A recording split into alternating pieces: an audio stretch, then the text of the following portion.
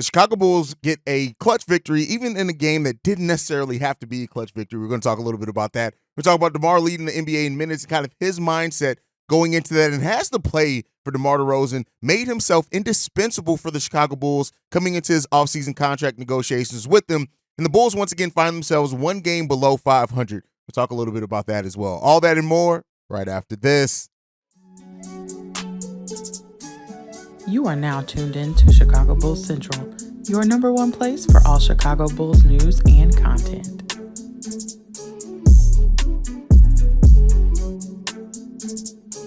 What's going on, Bulls fans? Welcome to another episode of Chicago Bulls Central, your number one spot for everything Chicago Bulls related. I'm the host there, Haize, but more importantly, you guys can follow the channel at Bulls Central Pod on every social media platform that you happen to be on. With that being said, let's go ahead and get into this content. So the Bulls get a victory yesterday over the Portland Trailblazers and ends up a 3-point victory. The Bulls had a double-digit lead in this game, and then the Portland Trailblazers decided to, go off in a lot of ways, three-point line. Like the Portland Trailblazers hit 8 3-pointers all throughout this game, 5 of them coming in the fourth quarter of this game, leading them to outscore the Bulls by 11 points in the fourth quarter. The Bulls still do hold on for victory, so that is the most important thing. But this is just one of those games that you look at the Chicago Bulls, and while they played good throughout the game, I want to be clear here, the Bulls, the final score did not indicate how the Bulls played throughout mainly those 3 quarters of that game. But that fourth quarter, man, the way that the Portland Trailblazers just went off from 3, like I said, hitting 5 of their total 8 3-pointers in the game. So all but 3 of their 3-pointers in the game came just in that fourth quarter period. And the Bulls did not shoot the ball well from 3-point range. Outside of the third quarter by the Chicago Bulls, where they really shot the 3 ball really well. They went 6 of 11 in that third quarter, did the Chicago Bulls. Otherwise, the Bulls they didn't shoot the ball effectively. We go 11 of 33 overall in the game from 3-point range. But, that's just kind of what it is, right? The Portland Trailblazers go off from 3. Anthony Simons he's Anthony Simons. He can really get hot at times. DeAndre Ayton having 25 points in that game as well. But then when you look at the Bulls' performance in this game, it was another game that DeMar DeRozan was just everything the Bulls needed down the stretch. Even Nikola Vucevic I think Nick Vuce actually hit the game-sealing shot in this game as well that sealed the win for the Bulls. But you got to look at it. DeMar DeRozan, 28 points, 6 assists, 5 rebounds. Ayo Dosunmu with 23 points and 10 assists. Shout out to Ayo for the double-double. Vuce also had 22 points, 9 rebounds, 2 steals from Nikola Vucevic in this game. So listen, they were playing, they were balling. Those 3 players definitely led the way for the Chicago Bulls. They were the only players who scored in double figures. Outside of that, Alex Caruso only with 5 points. Torrey Craig with 6 points, even though he had some really big defensive moments in this game as well. Erno Lop in this game, leading the Bulls in bench minutes with 26 minutes out there in clutch time as well. 4 of 9 from the field, only 1 of 3 from 3-point range, but he chips in 4 rebounds in this game, 1 assist, 9 points. Then you also got to look at Andre Drummond, 9 points, 11 rebounds from Drummond in this game. The Bulls overall performed, like I said, well in this game. Despite that meltdown in the fourth quarter, this was a solid game played by the Bulls. Not great, definitely not the Washington Wizards game where they just dominated all throughout, but the Bulls played extremely well throughout most of this game. And, when you look at it with DeMar, once again, DeMar DeRozan, leading the way in minutes, leading the way in scoring, and he actually now is the de facto, he is the leader in minutes played, especially with Kobe White sitting out 3 games. I don't know if Kobe's going to catch up with him now. It's going to be DeMar who probably finishes this NBA season with the most minutes played. He actually talked about it here after the game. You always downplay your minutes, but to be leading the NBA in minutes played at your age and in what season you're in, playing 40 again tonight, how do you do that? And you think it's ever taken for granted? I don't know. I really try to take good care of myself the best way I can. I try to rest. I don't have no other hobbies that cause me to be exert any energy. So I try to take care of myself the best I can. And I just love hooping. I love playing the game. No matter how many minutes it is, I just love being out there. So listen, DeMar being able to do what he's doing in the 15th year of his career, leading the NBA in minutes, for the most part being healthy throughout all this season as well, DeMar DeRozan is just, listen, he's played himself into a great position, and we're going to talk about that here in the next segment as far as how DeMar DeRozan has maybe gained that leverage in the contract negotiations with the Chicago Bulls and how that may go. But to get back on the team in this game. You got to love the way the team went. The biggest concern, and the concern that we've had a lot with the Chicago Bulls team, is their inability to hold on to leads. That's been the thing with the Bulls team. We've given up so many double-digit leads over the course of the season. It's just been crazy. They've had games where they've had to come back from 20-plus down. We've seen that so often, and there's a legitimate concern over how much the Chicago Bulls' inability to hold on to leads is going to hurt them in the play-in or in the playoffs and things like that. And Alex Caruso was talked about after the game. A couple of players were Alex Caruso and DeMar DeRozan about the team's mindset and kind of just finding a way. And they said this. We got experience with it, I think, just from the last couple of years, pretty much the same group, plus or minus a few guys that haven't been here for the last couple of years. But I think we just, learned from the losses when we haven't played well and just kind of find a way. We have that collective belief that, at the end of the game, we're going to just find a way and find a play to make, whether it's a rebound, a shot, a pass, free throw, whatever it is, we kind of have the belief that we can get it done. I think we just got lackadaisical. We started to be careless with the ball. We started to, not be so aggressive. We let them get downhill, either foul them, let them get layups. Like I said, we just kind of let go of the rope a little bit, gave them a little chance. We've learned how to come back from down 20. We got a little more room to learn how to play when we're up, 15, 20 with a lead, which is probably harder than playing down 20, just because it's human instinct. Take your foot off the gas, relax a little bit.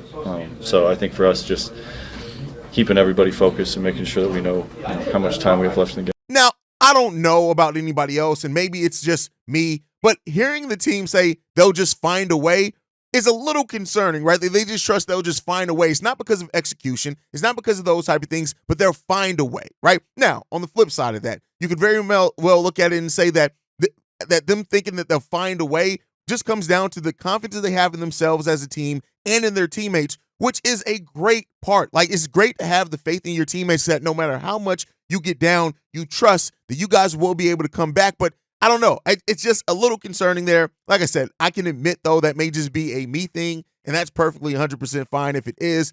The thing with that I want to pull out also that Alex Caruso said in this is keeping focus throughout the game, and that's what the Chicago Bulls team needs to do more often, is understanding the moment, understanding how to close a game. And that's not just on the players, that's on the coaching staff as well.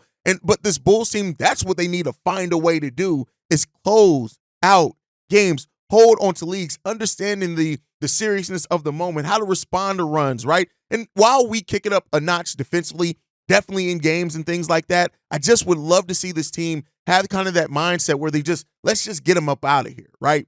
Now, the other team isn't going to go away quietly into the night, so that's another thing. And when you have a young, scrappy team like the Portland Trailblazers are, I guess they're fairly young, right? That can impact some things for sure. But overall, I just want to see this Bulls team as they go forward over these last 13 games left in the season, close out games, right? Hold on to leads.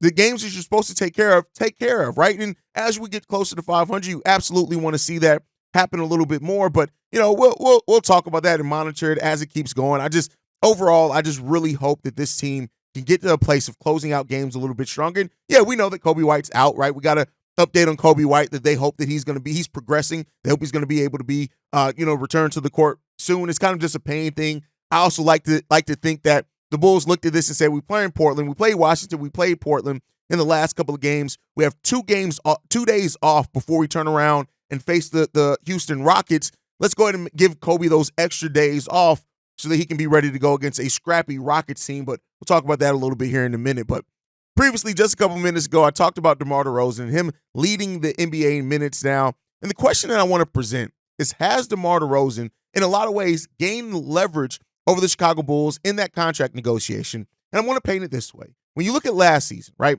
the Chicago Bulls, we re-signed Nikola Vucevic to a 3-year, $60 million deal before he even got a chance to hit unrestricted free agency, which a lot of people looked at and said that the Bulls kind of pulled the trigger a little too early on that. The fact is that they bid against themselves. There were not really many teams with salary cap that could have been able to afford Nikola Vucevic anyway. They could have priced themselves out, but they could have gave themselves a little bit of extra time and maybe even paid him a little bit less. Now, keep in mind, heading into last season, we heard that the Bulls were willing to come to a contract negotiation with Vooch even before the season started. But then, the season went the way that it did. It ended up getting pushed to the offseason, but they still locked him in. Now, you can find yourself in a similar situation with DeMar DeRozan. DeMar DeRozan is going to have more suitors theoretically than Nikola Vucevic did, just because of how his veteran nature, his leadership, how productive he still shows he is, especially for a team that kind of already has maybe a solid base and three-point shooters. But you have to look at it. The Bulls are so up close to that luxury tax that if they're going to re-sign DeMar DeRozan and Patrick Williams, avoiding the luxury tax at that point are going to be extremely tight unless the Bulls do something with Zach LaVine or Lonzo Ball's contracts. And again, that's not even factoring in Andre Drummond as well. So right now, DeMar, with leading the NBA in minutes, the way that he still is the closing factor for the Chicago Bulls, if this Bulls team truly wants to stay competitive, as was the buzzword by AK after the trade deadline, it's going to be a difficult task for the Bulls to kind of sell on not bringing back DeMar DeRozan. Now, you guys know my mindset, right? I think if you choose to let DeMar DeRozan walk, you hope for a sign and trade. If not, it's not the worst thing in the world, even though he is a big part of this team. Make no mistake about it. The fact that he's taken less shots every year since he's been here, going from 20 shots to 17 to 16 and a half this season, DeMar DeRozan has always found a way to be productive. He's also found a way to fit in with the team, kind of changing their play style in a lot of ways this year, and with the young guys, right? We talked about the game against the Washington Wizards, how he really kind of facilitated, picked his spots a little bit more, and really didn't look to take a lot of shots in that game because of the other players that had it rocking and rolling. If you're going to get that DeMar while you're having players increase their standing and their place in the rotation, that's not a bad thing to have at all. The biggest question with the DeMar DeRozan pending contract extension is, what is that number? That's the biggest thing in all of this. And if we knew that and knew what DeMar DeRozan's salary demands were and things like that, it'd be easier to kind of pinpoint for the Bulls. But there are a lot of Bulls fans that have this mindset that we absolutely can't lose DeMar. And then there's some Bulls fans that think we absolutely can't keep DeMar if we want our young players to get more opportunities. And usually the truth is somewhere there in the middle, right? And you guys know my mindset. I have the thought process. If you can sign DeMar to a friendly contract, all right, cool. It is what it is, right? You still have to, I would say, play your young players more, allow them opportunities for more shots and things like that. That comes to Billy Donovan's coaching. We know DeMar is his crutch, right? Now, if DeMar walks, I don't think it's the worst thing in the world. Not to say that we're going to all of a sudden win more games. That's not what I'm saying. I'm not saying DeMar is addition through subtraction, but I am saying that it's not the worst thing. Even though the Bulls take a bit of a step back, let's say they have a season of missing the play-in. Next year's draft is an extremely deep draft, and we have our own lottery pick that's top 10 protected to the San Antonio Spurs. So if it were to happen that the Bulls got worse, right, and missed the play-in, it's not necessarily the worst thing depending on how bad you are. But then with the ascension of Kobe White, the ascension of Ayo Dosunmu, Patrick Williams, who hopefully is going to make a return and take a step up, right? Julian Phillips, your player development staff, how do they work with Julian and Dalen and whatever rookie you bring in, right? There may be enough to be said there that the Bulls won't be bad enough anyway for their pick to be top 10. Even if it's a lottery pick, it may not be top 10. And at that point, might as well stay competitive, right? There's a lot of different mindsets you can have on it. But I think ultimately DeMar does hold a lot of the leverage. But I think the team also depends on how much they're risk adverse into getting into that type of scenario as well, to say that he has all the leverage. He has a lot of the leverage, but I won't say he necessarily has all the leverage. But I think ultimately everybody knows if DeMar DeRozan hits unrestricted free agency, once a player that's played and performed the way that DeMar has, especially for a team that, for example, maybe they do strike out and get eliminated in the second round where they thought they had a team that could make it to Eastern Conference or Western Conference Finals, pivoting towards DeMar DeRozan isn't the worst prospect for a lot of these teams if that's the way it goes in the playoffs. So, it really comes down to that and playing the market, playing yourself. But DeMar DeRozan has been great for the Chicago Bulls, and that's why, like I said in the video I had a couple of weeks ago, that, DeMar's play has earned him a contract extension. That doesn't necessarily mean he's going to get one, but it definitely has earned him a contract extension and has earned him a next contract. That could be with any team. So we'll see what comes of that. But, hats off to DeMar DeRozan for the way that he's been able to perform. And, you just got to give love to that. But the Bulls find themselves in a usual place, right? One game below 500 with 13 games left on the season. We got the Houston Rockets coming up next. We also have the third easiest schedule remaining in the NBA. But this quote from Billy Donovan, I think, is telling to kind of the concerns about the Bulls getting to 500 And then more importantly, being able to stay at 500 or above. And this is what he said. With our team, I just don't look at it that way because I think every game is hard for us. I don't think any of us, certainly including the players, have made excuses. I do believe that there's enough in this locker room, but with what we've got here, we have to play well regardless of who it is, which is something that we all see. I think for us, we don't have a wide margin, and we talked about this. We need to play well, and obviously, we're giving up some of guys opportunities to play that maybe haven't had experience in the past with what we've had to deal with. I think for us, I don't necessarily look at it as we're playing or what their record is as much as what we have to look at the fact that we got to play well. And here's the thing with that. Billy Donovan is factually right. I've said it before. We've all said it. We talked about it. Analysts have talked about it. The Bulls make things harder on themselves.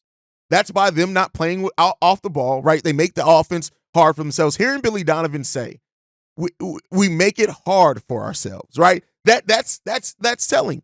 The Bulls play right now. They have a differential on the season of negative 1.6. That means that one possession is all that usually separates the Chicago Bulls from winning games or losing games. That's not a wide error for margin. And because of that, the Bulls, when you look at their schedule, when you look at getting to 500, staying above 500, it really comes down to how tough is this team really going to play over the last half of the season. That's the biggest thing in this. Are you going to play tough enough? Are you going to execute well enough? Are you going to fight and play together? And yes, get healthy is a big part of that as well. Getting Kobe White back, getting Julian Phillips back. Julian Phillips, who they've already said is going to be out 2 weeks, he'll come back with about 6 games left on the season. But getting those players back is definitely it can't hurt, right? We know that, especially Kobe White, for what he's meant for this team over the course of the season. But it's not just about getting the 500. So often we make it, I get it. It's eluded the Bulls for 2 years, basically, of being at 500. But you got to look at it. Look at the Bulls' record coming up. We got Houston, then we got Boston, then we got Washington and Indiana, both teams that have played us tough. We can beat Washington. We know that we always play Indiana close. You got Brooklyn, you got Minnesota, you got Atlanta. Then we got 3 games against the New York Knicks before the end of the season. We got them April 5th, April 9th, and April 14th. The last game of the season is against the Knicks. And then between that, we got another game against Washington, another game against Detroit, and a game against Orlando. So this is a schedule where you can see that the Bulls can possibly finish above 500. They need to win one more game than they lose over this stretch of time. Can they win 7 games, right? Can they go 7-6 over that? Let's take a look. Houston, it's going to be a tough game, right? Not going to necessarily predict a win, but that is a winnable game. Boston, even though Boston is a much better team, we have beat them before. Is Kobe White going to be involved in that game? Washington's a bad team. We need to come in. We need to play like we did last time. Indiana, it's a winnable game, but a tough game. Brooklyn, another winnable, but tough game. Minnesota, listen, Anthony Edwards is playing at another level right now. Atlanta, we know we can beat Atlanta. Orlando, it's been a difficult matchup for us, right? So here's the thing. Can the Bulls get and stay above 500? It's not outside the realm of possibility. But for the Bulls to be able to do that, they have to lock in. You cannot keep having times like this, like you had against the Portland Trailblazers, where you're giving up double-digit leads and allowing a team to win you. You have to beat the bottom feeders. You have to beat those. You have to take care of those teams first, right? You have to make sure that the teams that are technically worse than you, that you beat and take care of business against. Just do that. Then outside of that, how well do you play against these other playoff and play-in teams, which the Bulls have always given a hard fight to that, but our record against above 500 teams isn't the best. So it's going to be a difficult stretch, and I would say this, at the end of the day, it doesn't matter to a degree. This Bulls team is probably going to finish 9th overall, regardless of if they finish above 500 or not. Yes, the Eastern Conference is tight. Yes, the Philadelphia 76ers are going through it right now, right? We know all those things. The Sixers, the Pacers, and the Heat all can fluctuate day in and day out over how much they what team is at the 6th spot, which of those 2 teams are in playing spots.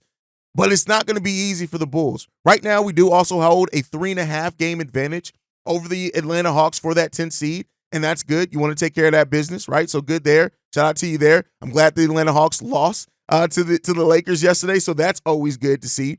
But we got to keep this thing going. And overall, this Bulls team over these last 13 games have to play like a team that understands that the series of the moment, right?